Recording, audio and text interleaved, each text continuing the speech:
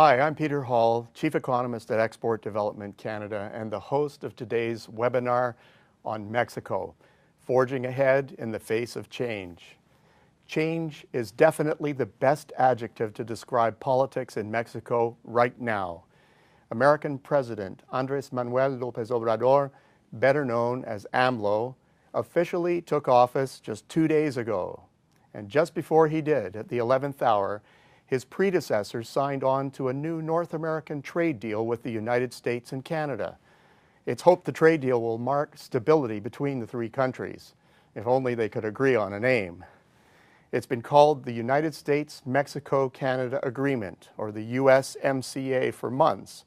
But both Canada and Mexico have now put their own countries first in the title. Canada's now calling it CUSMA, the Canada-US-Mexico Agreement.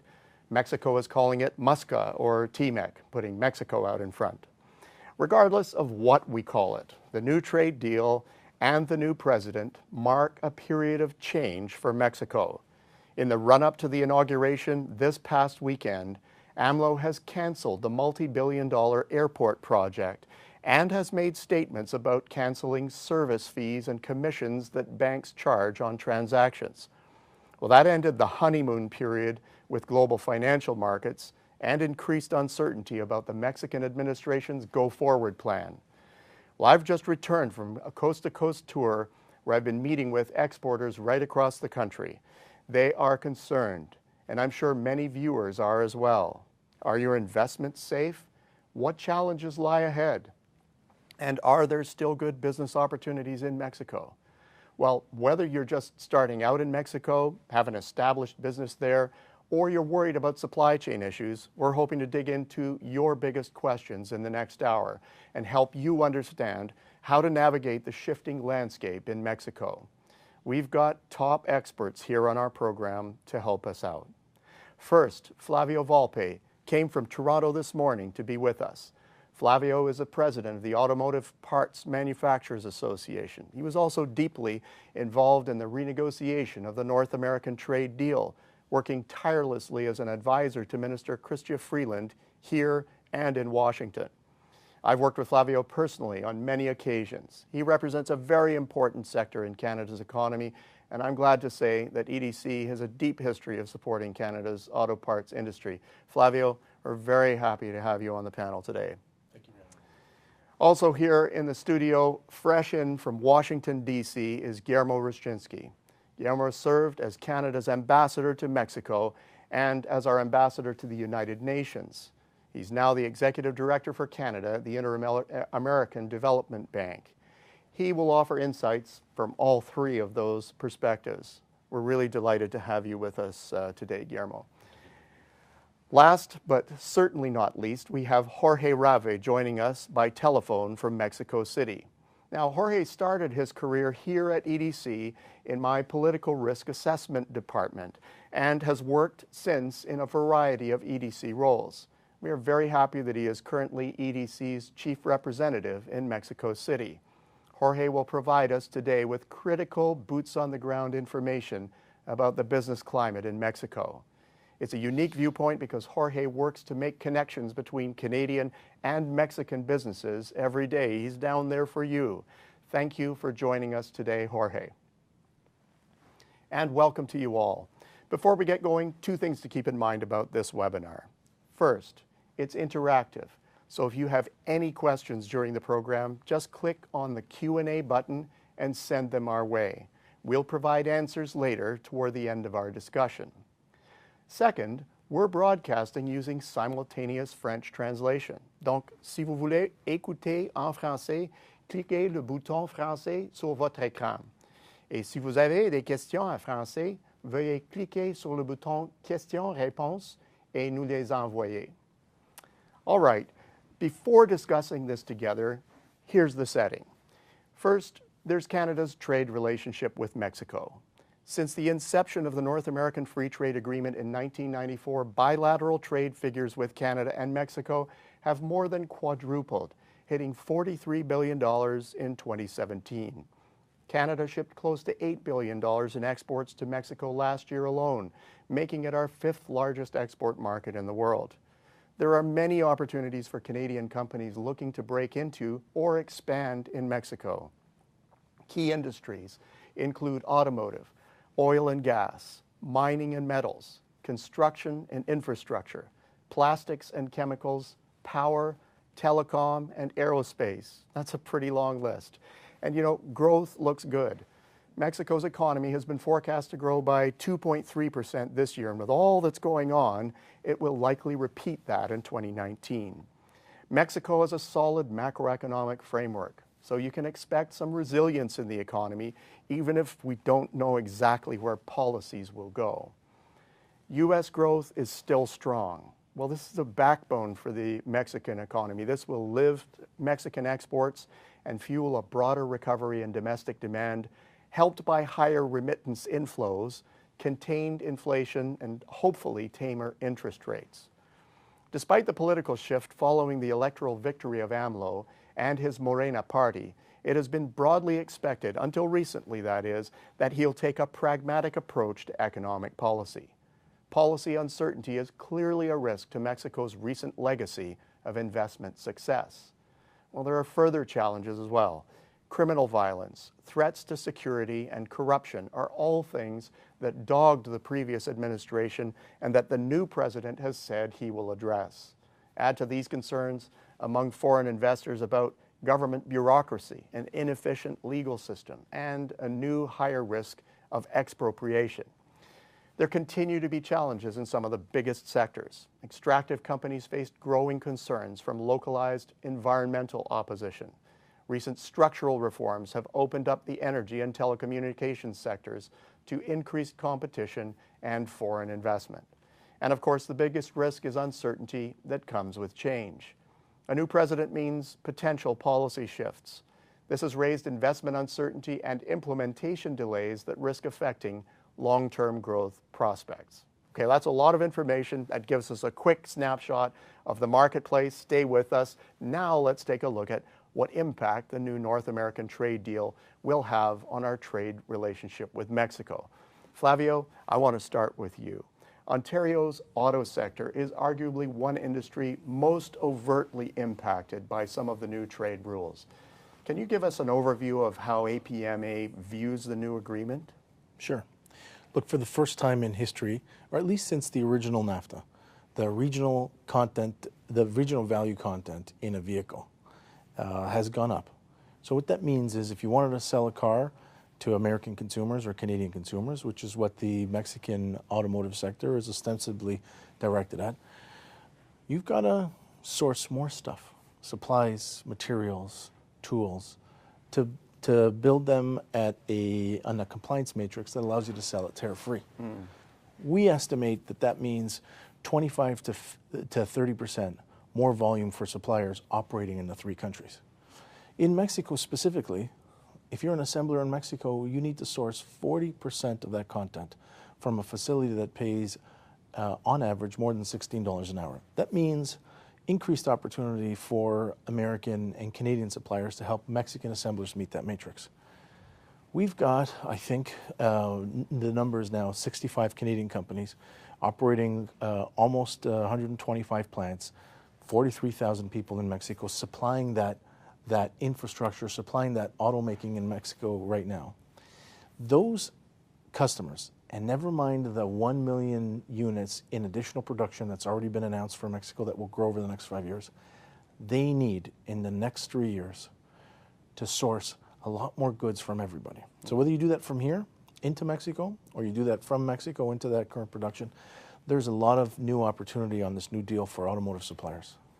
Well, that's an amazing story, and maybe a story that doesn't always hit the airwaves. So with that story, what's the awareness like among your membership at the moment? Like, do they really know what it is that's going on? And if they do, are they reacting already? Let's deal with that first question first. Like, what is the awareness behind what seems like a great growth in the overall opportunity set? General awareness that we've signed a new agreement and the new agreement may be accretive to their business is there.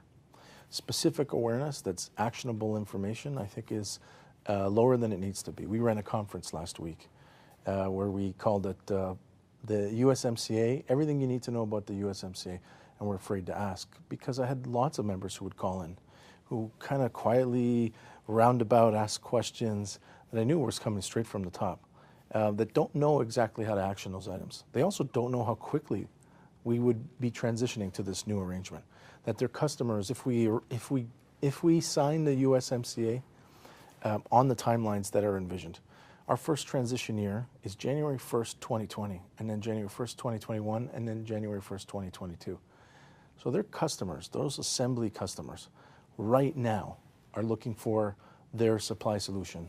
And I don't think that suppliers here understand how quickly they need to be making those calls, where their opportunities are. Look, the original NAFTA said we measure compliance on 29 specific parts categories. That number's twice as high now.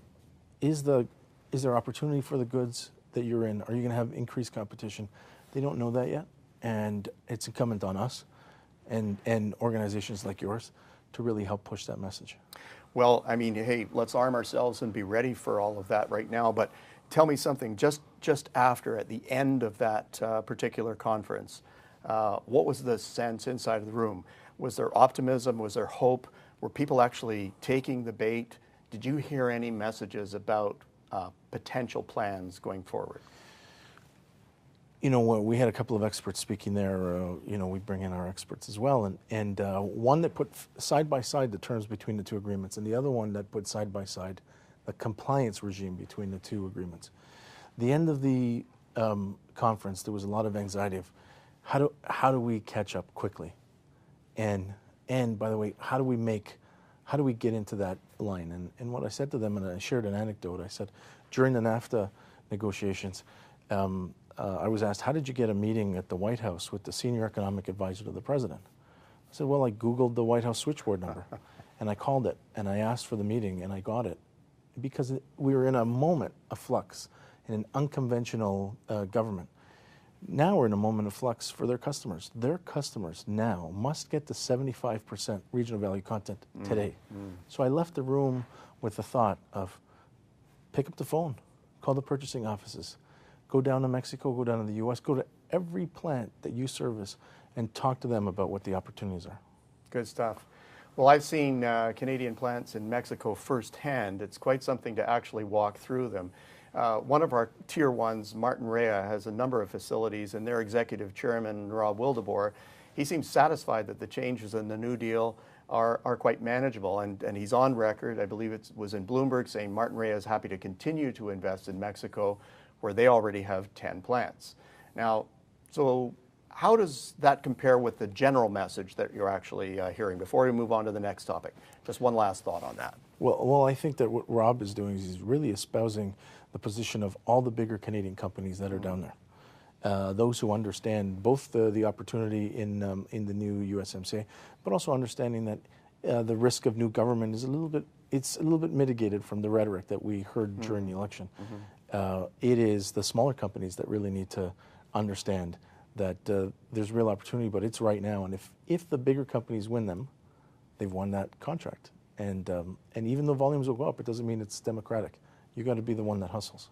Well, that's interesting. You know, that's a perfect segue into what we're going to talk about next, because clearly, you know, if companies are feeling that way, that, you know, there's rhetoric and then there's reality inside of the Mexican situation, then let's take that right into Mexico. So the new Trade Secretary, Luz Maria de la Mora, has explained her concern, or expressed her concerns, that the new trilateral trade deal may not actually pass through the new U.S. Congress. Well, that's got to be something that businesses are a bit worried about. They might not think things are going to happen on the Mexican side of things. Guillermo, I want to bring you in here. Do you think that's a realistic scenario? Well, I think Luz Maria, who's a friend and a great friend to Canada, she got her PhD here in Canada at Carleton University, I think she's reflecting an uncertainty about the legislative fate of the new agreement going forward. And she probably said that before President Trump took the action just yesterday of basically saying he's going to end the old NAFTA and, in essence, try to force Congress to either choose between his USMCA and the pre-NAFTA situation. That, I think, is his methodology for trying to expedite approval. But I think the concern, and it's a concern that Mexico has, and I'm sure we have it here in Canada as well, is that the fractious nature of the politics in Congress right now in Washington. You have Democrats saying that they'd like to see labor and environmental standards improved in this agreement. You've got Republicans saying they don't like the LGBTQI protections that are in the agreement. So there's a lot of flux, and I think there is a concern that this could fall as sort of hostage to domestic political considerations in the U.S., which is always a risk in multilateral agreements. But I think at the end of the day, while it may take a bit longer than we think, perhaps not in the spring, but into the summer or fall of next year, this will likely come to a vote. And I think when sober minds are applied and the importance of this agreement to North America and our industrial competitiveness overall, that the agreement will carry. But it may take longer, it may be more complicated, some bumps in the road, as they say. But by and large, I think if it doesn't get done in 2019 and we're having this conversation, in early 2020, then I think we all have to take a sober second look and try to figure out what we can do to try to maintain and help the situation going forward. Interesting. So, it's got the best interests of Americans at heart, and reason will actually prevail inside of this. We all have to hope for that, I think, at the end of the day, and that in the sausage making that is the legislative process in all countries, not just the United States, the horse trading that needs to take place will be done in such a way that this agreement can be sustained, and we and businesses in all three countries can move forward with certainty about what the future holds. Absolutely, yes. So on that, uncertainty element, Flavio, how are your membership thinking then about how the politics in the United States might actually frustrate this whole process? Is your membership concerned? Are they expressing that to you at this point? Well, we went through a process at the beginning of the NAFTA negotiations to identify which districts our members operated in. Canadian companies operate 150 plants in the U.S., and we did an outreach to all current congressional leaders at the time and the company's specific representatives. We're going through that process again right now. I spent a few days in Washington a couple of weeks ago, and I think I agree with Guillermo. There's going to be the high drama, but I think our members are quite sanguine about it, understanding that the implementing bill is an up or down bill. And yes, there will be the Democrat leadership and some of the Republican Senate leadership is looking for changes, but by definition, those changes would be in side agreements. The new House leadership, the Democrats, are going to be consumed with taking on the president on a whole host of other policy issues. This is a train that they'll slow on its way out of the station, but it's going to leave the station. So let's leave that station then and go on to another station here. Let's go south of the Rio Grande and ask ourselves some questions about things down there. There's certainly nothing like an election to shake things up, and we've been waiting 6 months for Mexico's new president to actually take his seat. So following the July 1st election, the new administration seemed to take this moderate stance on things. It calmed everybody down, certainly calmed financial markets down for a while. But in the weeks leading up to Saturday's inauguration, President López Obrador has been making his presence felt. There's no question about that. So I'm going to send it over. Jorge, you've been waiting patiently on the sidelines there, but I want to bring you into the conversation now. Your EDC's eyes and ears on the ground in Mexico City. I'm sure it was very exciting being down there this past weekend to witness firsthand all the excitement around the inauguration. What can you tell us about some of the promises the president has made on the campaign trail and how business there has actually reacted to that? Well, Peter, thank you very much for the opportunity to be here. It's great to be able to share some insights with our fellow panelists, but also being able to show Canadian companies and investors how our EDC team in Mexico is helping them take on the world, as we now say at EDC. I just want to very quickly say that the perspectives from Guillermo and Flavio are right on, and as you say, as a former political risk analyst, I've been very lucky to have been posted in Mexico for the past 3 months. I have seen firsthand how the popular and business sentiments have continuously evolved prior to the inauguration of the AMLO administration last Saturday. Some, I have to say, more optimistic, some less, and some definitely more pessimistic when it comes to the future of of Mexico. I wanna say that some of the key themes of the campaign were obviously the fight against corruption and impunity, a decrease in violence, and a reduction of inequality. AMLO said on Saturday that his administration is going to clean the house, and he actually used a metaphor with some stairs, and he said that they want to start at the top. They want to put procedures in place to avoid future corruption, to educate, to make financial crimes a more serious offense. And this, of course, has been very well received by Canadian exporters and investors because at the end of the day, it reflects our values, and we believe that will translate into greater business climate in Mexico. AMLO announced that he plans to also identify some regional opportunities based on needs and of some of those key regions, and obviously he is looking to provide better infrastructure, roads, ports, internet, and so on for the development of some of the most unequal regions in the country. We Canadian capabilities, and we don't have to say it, but it's obviously important to say that our capabilities in the infrastructure, oil and gas, transportation sectors are strong, and we are convinced that Canada, as a North American partner, can play a key role in helping the new administration fulfill some of its promises. This is something that was clearly identified by the President himself in his inauguration speech. He made it a point to give Canada a very important status in his administration. Well, that's fantastic, Jorge. Just a follow-up question to that. So you were there on the weekend, and with all of the excitement that was going on, and so there's the popular excitement that's actually there. But what about on the business side of things? Just a quick hit on that. As you're talking with Mexican companies down there, how are they actually feeling about the transition? It's a great question, Peter, and a great point because, as I mentioned before, there are many different people that I have spoken with over the past 3 months, range from some that are very optimistic, some that are a little bit more pessimistic, and some that are a little bit neutral on some of the promises. I believe that.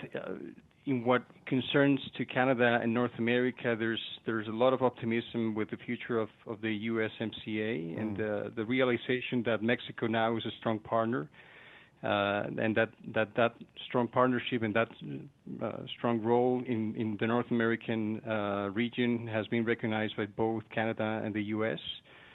No one was thinking that a deal without Mexico was possible, and people are feeling proud about that one realization. Obviously, the sentiment that we're going to renegotiate NAFTA was good for the three countries as well, and that for business people and workers included and encompassing all of the citizens was important. What comes now, of course, is a little bit of a wait-and-see mode. The government has been very quick to recognize that there are some challenges that they're facing, and one of the things that we are very optimistic about is that the government is realizing that although Mexico is a country of institutions and independent agencies, there is improvement to be made in order to improve the rule of law, the transparency, and more importantly, of course, the investor predictability at the end of the day. So some mixed emotions, obviously, there. Guillermo, I'm going to go back to you, and clearly inside of any administration, it's maybe a tenuous point for businesses, when they're considering, all right, there's a window there. The first 100 days of any administration is a very important period of time. And so I'm just going to ask you, are there any things that you can see happening in that critical 100-day period that are coming down the pike from the administration, big things that might switch things up a little bit? What is the president, what is the party going to actually do, and how do you see that affecting business sentiment? Well, sure, Peter. I think President López Obrador is an experienced politician. He was the governor of a state. He was the mayor of Mexico City, which is as large as some countries. And so he's not new to governance, and he understands that you have to make choices about what's on offer in terms of low-hanging fruit that you can politically take on successfully at the front end of your mandate. What are things that you can put in train that respond to the promises and aspirations that you've made during the campaign, and then what things are necessarily going to be longer term. What I would envisage is that he will, for the low-hanging fruit, things like doubling payments to the elderly, providing support to handicapped people, things in the social dimension where through the stroke of a pen, subsequent to the majority in Congress, which he controls absolutely in both houses, will give him wins, quick wins. He's going to go in that direction.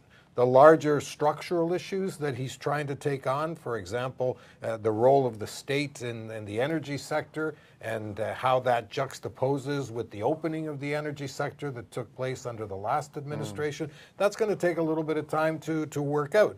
But, you know, Pemex, in order to grow, has to find more oil. And to find more oil, it needs money for investment. It doesn't have that money in its own coffers. If it wants to build a refinery, as the president has indicated, which will make Pemex more efficient, they're going to have to take on either debt from the point of view of borrowing, or they're going to have partners to do that. And it's interesting that that Mexico, you know, not only has the involvement of North American energy partners, but also from the region, Colombia, Brazil. So I think this is going to provide the president for an opportunity in terms of, if you will, spreading the largesse from the point of view of where investment is sourced over the medium to longer term. But I think the one area where he has to act quickly to reassure the public, because it's where it impacts most closely on their lives, is in security. And he's already indicated that he wishes to create this new National Guard, which maintains the military involvement in fighting crime. And I think that will be an early test for the administration's ability to deliver on its promises. Very interesting. So that focus, as Jorge has agreed, you know, some populist moves, if we can call them that, in the early going there, but in the months leading up to him taking office, clearly, let's get back to some statements we made earlier on. He was pretty clear around infrastructure, and he was pretty clear around oil exploration. And as we know, we have Canadian companies with very significant stakes in these areas. So can I get you to dive a little deeper into that, talk a bit about your position on these sectors, and how does AMLO's attitude toward deregulation really differ in big ways from the previous administrations? I think as a philosophical approach to governing, López Obrador comes at the power of the presidency as, if you will, the focal point and the final arbiter on all large-scale policy questions that the government or Mexican society takes on. And in that sense, I think he will wish to be a re-centralizer. And under previous administrations, both Peña and Calderón, you had basically independent agencies set up to be regulators in electricity and in the energy sector and others. And now one of the first acts of the new Congress, which has already been working in advance of López Obrador's inauguration, was to re-centralize that back into the line ministries and, in essence, bring it under cabinet control and ultimately presidential control. I think that's something we're going to have to watch in terms of its practical application. And I think for Canadian companies, you know, who have good legal counsel in Mexico, this is a time, if you're in those areas of regulatory activity, to start consulting with the folks that you work with down there to try to understand the changes as they come. I think in the area of overall approach to infrastructure, López Obrador, when he was mayor of Mexico City particularly, proved himself to be a builder. A lot of the infrastructure you see in Mexico today, the elevated highways, the expansion of the metro, that was done on his watch. And I think as a popular politician, he recognizes that works not only provide employment for the population, but also provide something that people look at and say, this is the fruit of the policy and the promises made. So I think he will move very much in that area. I think in the near term, I think construction is going to be potentially a sector where there's going to be enormous opportunity. If they build a refinery, if the Mayan train is built, if the expansion of the railway from the Atlantic to the Pacific, talking about paving, 300 roads in Oaxaca. I mean, this is all visible stuff, as they say, and something that will show the population that he is, quote unquote, giving initial delivery on his promises. Some of the things that he's promised are going to be harder to do, and I think he will find himself modified to a certain degree in terms of how much room he has to maneuver. But all of this is to say that he comes with a very, very expansive vision of what he'd like to see Mexico be in the future, but you can also only do what you can afford. And I think that will be sort of a mitigation point from the point of view of him and his team, which is a very good team of technocrats in many areas, as well as some old stalwarts who have been with him through his various incarnations. I think there's good balance there, but they're going to have to make choices. And ultimately, on the basis of the choices they make and what they deliver to the population, they will be judged. 6 years is a long time for a president to be in office, and the 6 years can be a good 6 years if at the end you're still in the place that you were where you started or better. But I think every Mexican president is cognizant of that you can't get off to a rocky start, because if you do, then the honeymoon is over. And in many ways, they say that Mexican presidents are the lamest of lame ducks. They can't run again. They can't be reelected. So from day one, they know that that term is finite, and so they have to deliver the goods, as it were, from the point of view of popular expectation. So in a great respect, they're probably impatience impaired in terms of getting things done, and here's a president that actually does know how to get things done. He's known how to source the investment, the money. And I think he will show his pragmatic side, if you will. But at the same time, he has to satisfy a constituency within something that I wouldn't necessarily even say is a political party. Morena, his part, it's a movement. You have people from all stripes and ilks, left, right, center, and it's even reflected to some degree in the choices he made in his cabinet. And so and then he has other constituencies like state governors, who believe that he, as a former governor, will be able to respond more effectively to their desires for less centralization, more latitude. And so these are all very, very difficult balancing acts. And Mexico is always a balancing act in the greatest sense. And I think for this president, he has raised expectations to such an extent that he will need to balance that going forward if he's going to be successful ultimately. So I hear a lot of pragmatism inside of that. We heard from Flavio on how those in the auto sector view continued investment in Mexico. We've talked a bit about infrastructure and the need to get things done. I'm just wondering if we can talk a little bit about other industries as well. How do we think that AMLO's positions will affect foreign investment overall? Jorge, I'm actually going to go to you first on this one.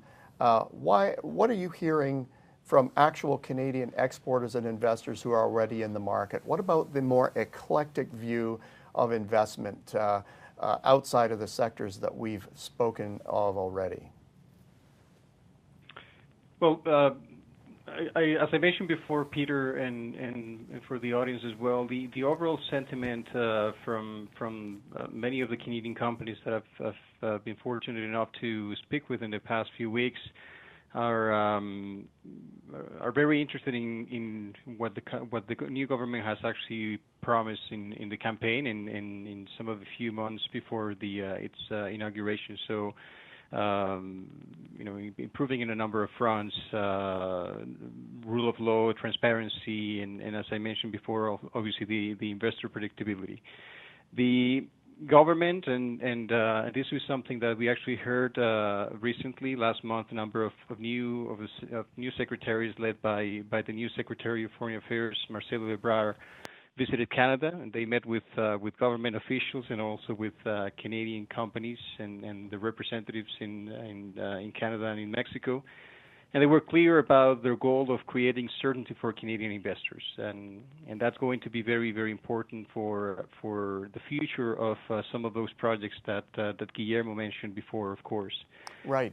So if I cut in there just for a second, Jorge, there are grupos that Canadians have a lot to do with down in the Mexican market space. So they span over a number of different industries, and we are at EDC speaking with them on an ongoing basis. So any gems, any messages coming from them, they are increasingly buying more and integrating into Canadian supply chains. Any quick thoughts on that? Sure. So as Canada's export credit agency, our strategy in Mexico is to support the government's trade diversification plan. That's the government of Canada's trade diversification plan. And in Mexico, we have, as you mentioned, strong partnership with close to 20 of the largest companies in the market.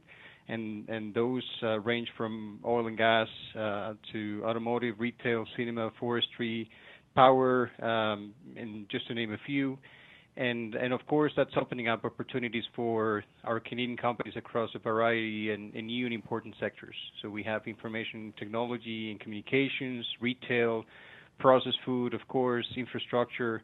So part of what they are hearing is one of the highlights of the uncertainty that we faced over the past few months before the new trade agreement was actually in place and signed, and before the announcement that it was concluded, it helped the a lot of the Canadian companies access some more opportunities with some of the largest companies. The idea of diversifying some of the sources for their suppliers was more important in Mexican businesses, and they realized that having a North American approach to they were doing business was actually the right approach.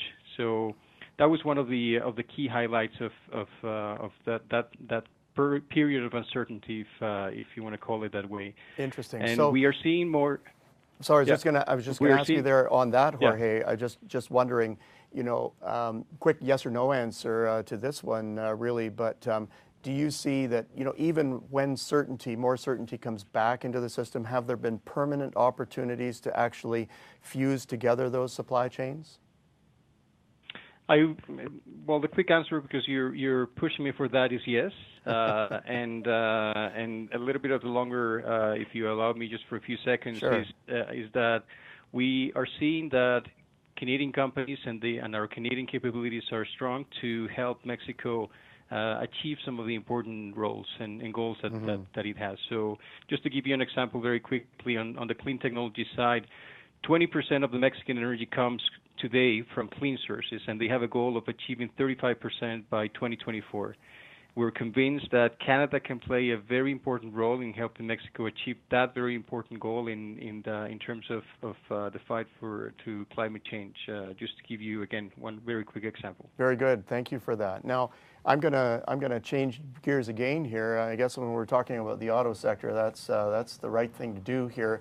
On the flip side, Flavio, you're talking with the Canadian complex a whole lot, but I know that down there, the Canadian and Mexican firms are interacting with each other as well. So there's a supply chain down there. That's part of the reason that we actually leverage that marketplace. So what are you hearing from Mexican firms? Is there any sort of transmission of information that's actually coming through Mexican firms to Canadian firms? And can that actually help us here in the change in the administration? What kinds of messages are being telegraphed north to us? To Guillermo's point, the new president is a populist, but he's not an interloper. And it's an important distinction to make. And I think this is the message that's coming from our Mexican partners is, whatever path they take, it won't be chaotic. You'll be able to forecast it. If you listen to them over the campaign and you watch these couple of moves, you brought up a couple of times the cancellation of the airport. Roads matter, railways matter. For the auto sector, the most important thing, especially from the supply network, is can you get the goods to customer? And the customer isn't you and I. The customer are those assembly plants. Go back and forth to Querétaro quite often, and the new highway from the new highway, the newish highway from the airport to the industrial cluster is one of the highlights in the rise of that region and of that city in the auto business. I think that the more clarity that this new government provides on what it intends to do, and we've heard a lot of it, what it intends to do to pave roads, something so simple from a Canadian standpoint, but not really. We met with Gabriela Marquez, the new Secretary for the Economy. She, at the end of a meeting with suppliers, said, I want to press on this point here. We are committed to security. We are committed to security of goods and security of personnel, which is an important untold story. You know, we've all done business in Mexico. We've chased that opportunity, but certainly as you ramp up in Mexico, second and third tier tool die machine mold, you're sending expats to work with partners down there. And so, you know, I'm glad that she took that opportunity to say that. These are the kind of messages that I think help with smaller companies who are looking to make those investments, because there are Mexican partners down there, the Mexican tier one sector, the Mexican materials sector said, the bottleneck, we won't be able to meet the new commitments in production in Mexican territory unless the tier twos and threes come down here, whether they're coming from Canada or other places. They have been eager to explain to us, especially during the transition period, that the president speaks like a centrist when he meets with them. Certainly he's going to have his own path, and none of that will be a surprise to any of us. But also what the government has been saying to its industry has been transmitted back to us in terms of skills development, dedication to education. Sometimes when you have these big bursts of new production, we're also chasing each other for each other's personnel. And that turnover is not good for business predictability or for cost. And it's because there's a smaller pool there on a per capita basis than in the U.S. Automotive clusters and the Canadian automotive clusters. And we're all suffering from a lack of skilled labor. And so the messages are right. Certainly the outgoing government set global standards on things like their investment agency, Pro-Mexico. And I think in Canada we learned a lot from that. They're folding that in now into Secretary Marquez's department. So while they're making some moves like that some of us here who aren't that experienced with the Mexican territory say, well, we've got to approach with caution. What our Mexican partners are saying is on the infrastructure piece that includes personnel and includes energy. You know, a lot of what we do is pull a lot of electricity from a wire and change a material into something usable. You know, the predictability of that supply and the predictability of that price is very important. It's one of the challenges of doing this business profitably here in Ontario. Yeah. And so in those areas, the noise that this government and its administration is making to our Mexican partners is coming back here has been steady. Interesting. Yeah. So we got a few messages that we're discussing here then. If there's any uncertainty inside of the infrastructure and energy complex, two key messages that have come off the table right now are there is more to do inside of the auto sector, and there is more to do in terms of the expansion of supply chains into Mexico, just given all of the uncertainty. So that's what we've discussed up until now, you know, and the whole complex about a new president and a new trade deal. So shifting just a little bit again, let's look at some consistencies, opportunities and challenges of doing business actually in Mexico. Let's get really practical for our, not that, you know, this hasn't been good information, but really, you know, boots on the ground stuff here with respect to the opportunities that we have and how to actually operate in the market. Jorge, I'm going to go back to you. What are some of the key areas of growth you are seeing as opportunities for Canadian firms in the context of everything that we have just discussed? So, Peter, as I mentioned before, as part of the trade diversification agenda that the Canadian government has been encouraging Canadian companies and exporters to actually take, we are have been trying, as I mentioned before, to expand the realm of relationships that we have here. So we have very strong relationships with traditional companies in sectors that are key for the Canadian economy. Pemex, of course, is one of those key important relationships. CFE, the Comisión Federal de Electricidad as well. We have Canadian capabilities in those areas, but we are also and have been improving in and increasing the number of relationships that we have in other sectors as well. America Mobile is one of the important key relationships that we have. The Alpha group of companies, NEMAC and Axtel, of course, is another one where we see lots of opportunities. And let me just mention two that are some of the brand new opportunities that we see where we are realizing that many of the great opportunities for smaller Canadian companies with added value are, which is of course the processed food side of things and retail, and those are embodied by the relationship that we now have with a company like Soriana, for example, which is quite an important supermarket chain here in Mexico City, or in Mexico in general, of course. Jorge, I'm actually gonna have to cut you off there because we are running a little bit short on time here. There are a couple of more questions that I want to get to, so apologies for having to do that. One of the top challenges, thank you. One of the top challenges historically has been corruption. This is a sore point in terms of our interactions with Mexico. It's always been a difficult issue, and this president has actually campaigned heavily against corruption and his plans to rethink solutions to security issues in Mexico. So Guillermo, right back to you. What can Canadian firms take away from that? I mean, you got any insight into how Canadian companies can actually manage these kinds of risks when doing business in Mexico? I'm sure you had to deal with certain issues when you were down there. Well, look, on the security side, I mean, I think it goes without saying that this has to be a big part of the due diligence that is done by any Canadian company looking at a market like Mexico or indeed any market around the world. The security dynamics are different than they are here at home. Your security costs are likely to be somewhat different than they are here at home. And it's not just the security of your premises or your personnel, or if you're in the resource area and you're working in very remote areas that you have perimeter security, things of this nature. In a place like Mexico, you've got to do a lot more vetting of things that here we take almost for granted. For example, the company trucking your goods inside of Mexico, have you vetted them? You know, I mean, so you have to go, I think, at a deeper level of due diligence on the security side, and that has a cost to it, and don't choke on the cost would be my suggestion, because this is critical to the functionality and ultimate profitability of the business that you do in the market.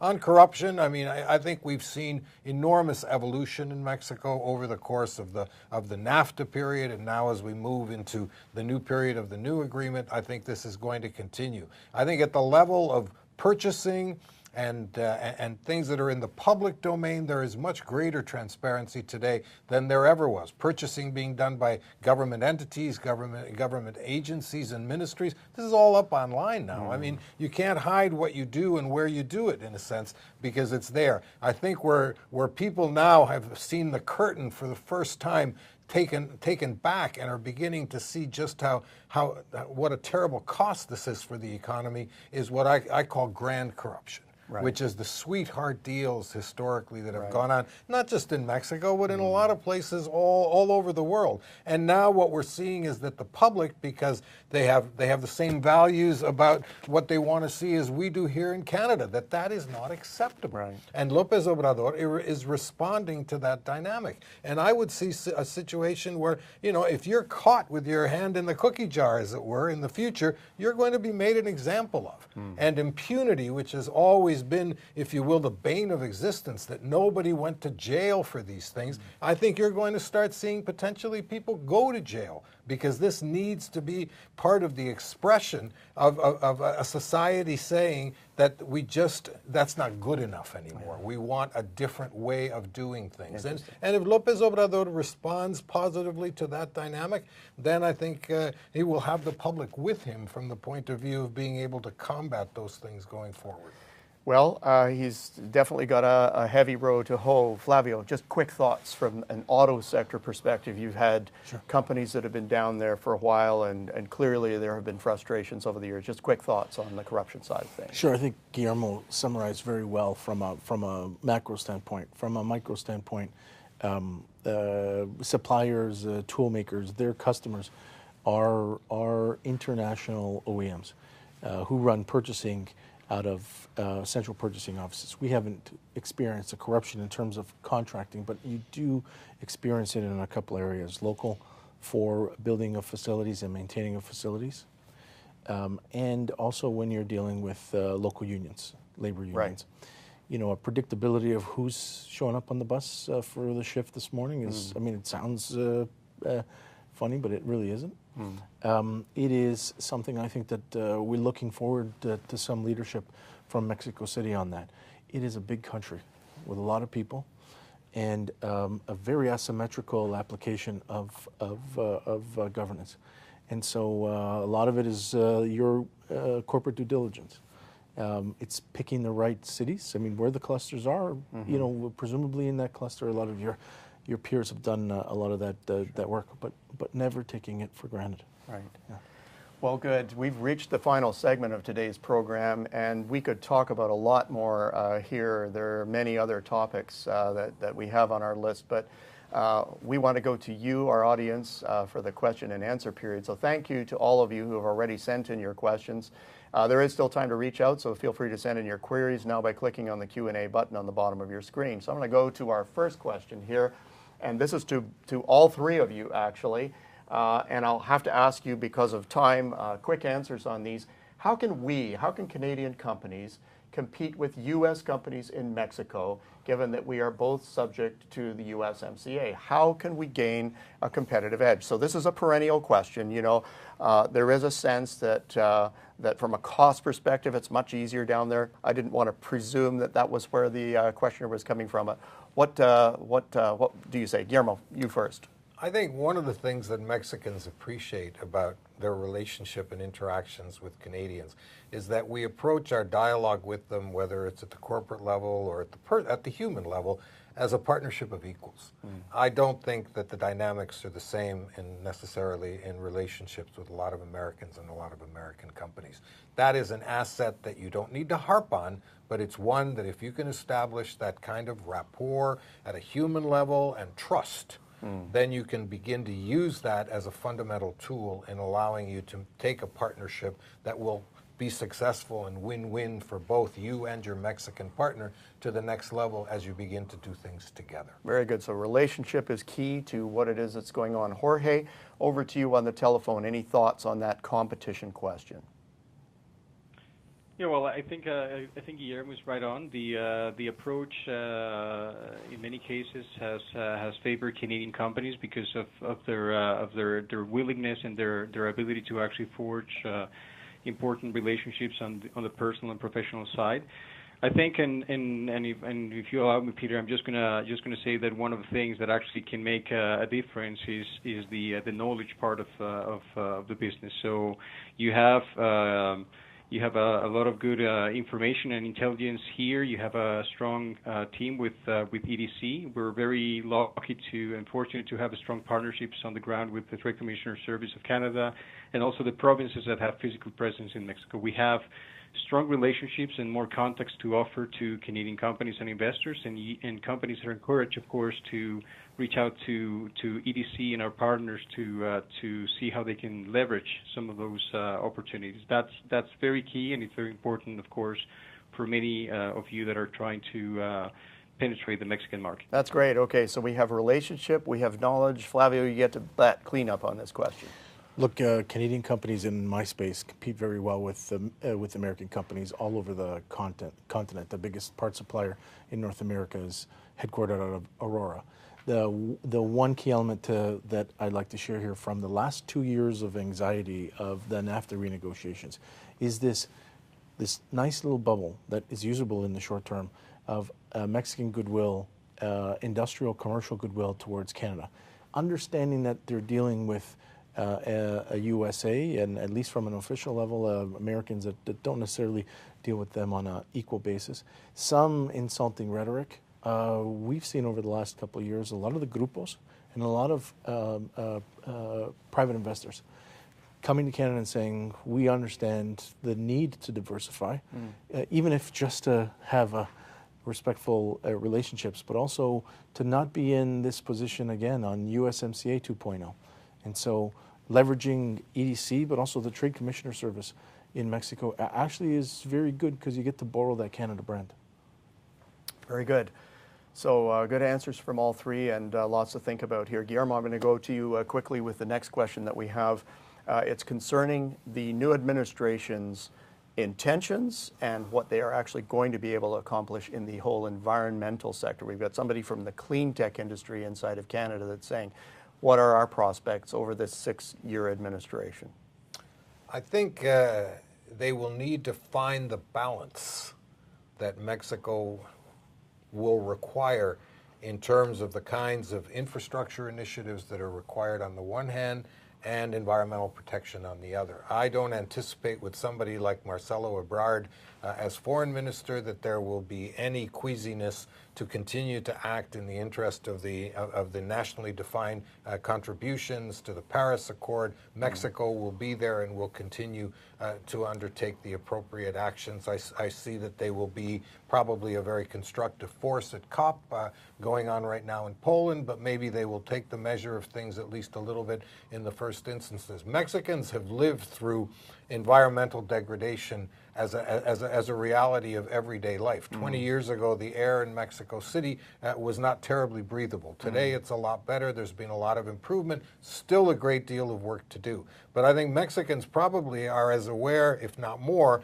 than anyone else in North America about the need to protect resources like water. Certain parts of Mexico are already experiencing drought conditions. Mexico at core is an agrarian, agricultural economy, so they have to be aware of that reality. And Mexico is also a country that has coastal areas that, from a touristic perspective, are hugely important, but also protecting the integrity of coastal space and coastal species, whether it's in the Golfo de California or other parts. This is absolutely critical in terms of the policy mix. So, like all countries, finding that balance between development and environment can sometimes be a sticky wicket, but I think someone who sees himself as a populist president and wants to respond to the imperatives of the society will inevitably wish to come down on the side of doing what's right as part of finding that balance. Interesting. So it's almost as if there's been a coming of age in Mexico. There has been a corner that has been turned, and this administration is almost going to ride the momentum of that and actually take it further. I certainly hope so, and the proof will be in the pudding. For sure. But that's certainly the initial indications, and with a foreign minister like Foreign Minister Ebrard, I think the chances are good that that direction continues. So I think we're down to our last question here that we can actually handle inside of the time. So thank you for the answer there, Guillermo. This is another one for the group. So here's somebody writing in saying, as an exporter of services rather than hard goods to Mexico, we're subject to a 25% withholding tax on sales. Is this withholding tax rate expected to change under the new administration? Now, it might not be fair to ask everybody that because that's a pretty particular question, and you're not in the service sector, Flavio. But I'm gonna let everybody have a stab at that. So, would it be wrong to ask you first, Flavio, to go for that one? No, I'll take that because, of course, with a modernizing industrial complex, and in automotive as well as aerospace, the Mexican sector is world class. I think the person asking the question sees that as an opportunity and sees this piece as a barrier. The former government spent a lot of time making sure that very specific industries got rid of barriers along the way and took them on really from a manufacturing point of view. Can I see it as a good? Can I deliver it? And really understood it this way. This is one of those signature opportunities for the new government to take something that differentiates them from the former government. And you know, the service economy is how Canada differentiates itself from other industrialized nations. It's you know, and the United States. And so, if Mexico is going to spur that next generation of knowledge economy, then it's got to get rid of barriers like that. Because if you don't get companies that access that market, whether just to service it or to set up in that place, then you're not going to build that culture that sponsors that cluster. Very good. Guillermo, quick thoughts on that. You know, I think taxes, regrettably, there's no escape from them. Whether this withholding tax of 25% might be a possibility to see reductions And in the context of the new agreement, what that means in terms of taxes paid in Mexico versus taxes that you pay in your home domicile if you repatriate profits, that I think is something that you need to consult with true experts to determine what channels are open from the point of view of A, seeking relief if it's available, or B, working to make sure that in the context of how you move money back and forth between Mexico and your domicile here in Canada, that you're maximizing the benefits that are on offer, which are not insignificant. Right, so we've got to keep a real good heads up for this. Jorge, sometimes when it comes to tax considerations like this, you know, we don't at EDC just deal with the good side of things, but we deal with services as well. And sometimes our people on the front line can be a lightning rod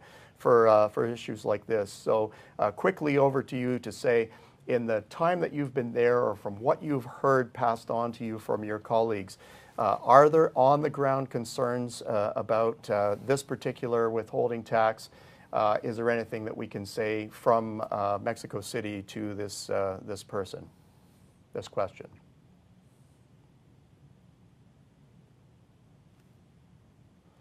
I'm not sure if we have actually lost Jorge in the process here, so our apologies for that. There might be a difficulty with the line. Well, we are very quickly coming to the end of our session right now, and I'm afraid that is all the time that we have for today. And so I'd like to thank very much our panelists for sharing their expertise and their experience with us. The panel has certainly given us a lot to think about, and I'm sure there will be more to come as we get to know Mexico's new president and administration. It's definitely a to be continued. Well, we'll be sending you a summary of today's discussion, including useful contacts and links to resources you might find helpful. And I will just say at this point that EDC is going to be watching this one very closely and providing on a continuous basis updates to the information that is available on our website, edc.ca. Remember, whether you're currently exporting or thinking of getting started, EDC is here for you.